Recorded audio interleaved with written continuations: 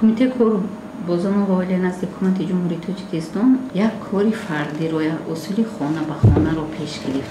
یعنی اصول خانه به خانه رو برای آن پیش گرفت که تا حد امکان ما توانیم که از نزدیک با خانواده ها شناس شویم.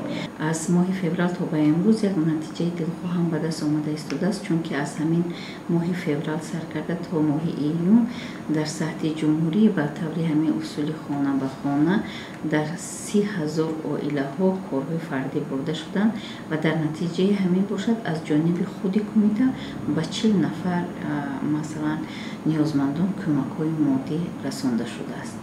یک چیزگار مرمت جان، مثلا همین چورابینی در حال برگزار میشه که مثلا حضور وضع خانواده ها چگونه است؟ آمارها چی میگن که مثلا سطح جدوشوی خانواده ها چگونه است؟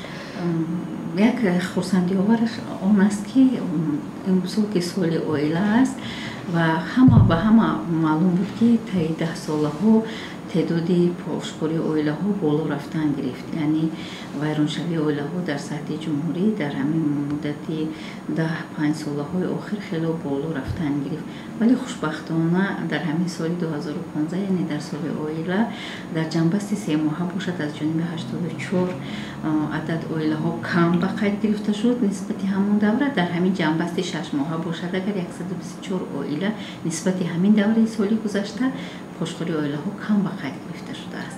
یعنی نتیجه خوبم داده است و تا آخر سال ما نگرانی داریم که مثلا امیدوار هستیم که شاید نتیجه دلخواه به دست آوریم، هیچ نباشد همین توانیم که البته این برهم داده نمی شود لیکن توانیم که کمتر همین پاسخوری عائله ها بکنیم. حاضر از جهت آمار تعداد ویرانشوی عائله ها قریب از 4,000 گذشتگی است، لیکن نسبت همین دوره سال گذشته خیلی که میگویم کمتر است، 124 عدد کم است. این برای اولین بار از چند سال اخیر که کم شده؟ بله طی 10 ساله ها این اولین مراتب است که کم به قید گرفته شده است. افسوس میخورم که امروز جوانانی هستند که زنان خود را فریفته میبرند. به همینجا خیلی افسوس میخوریم که مثلا وقتی که از معلومات ها آگاهی مییابیم یا کاربری میکنیم یا با همین راه کاربری وقتی که میفهمیم که امروز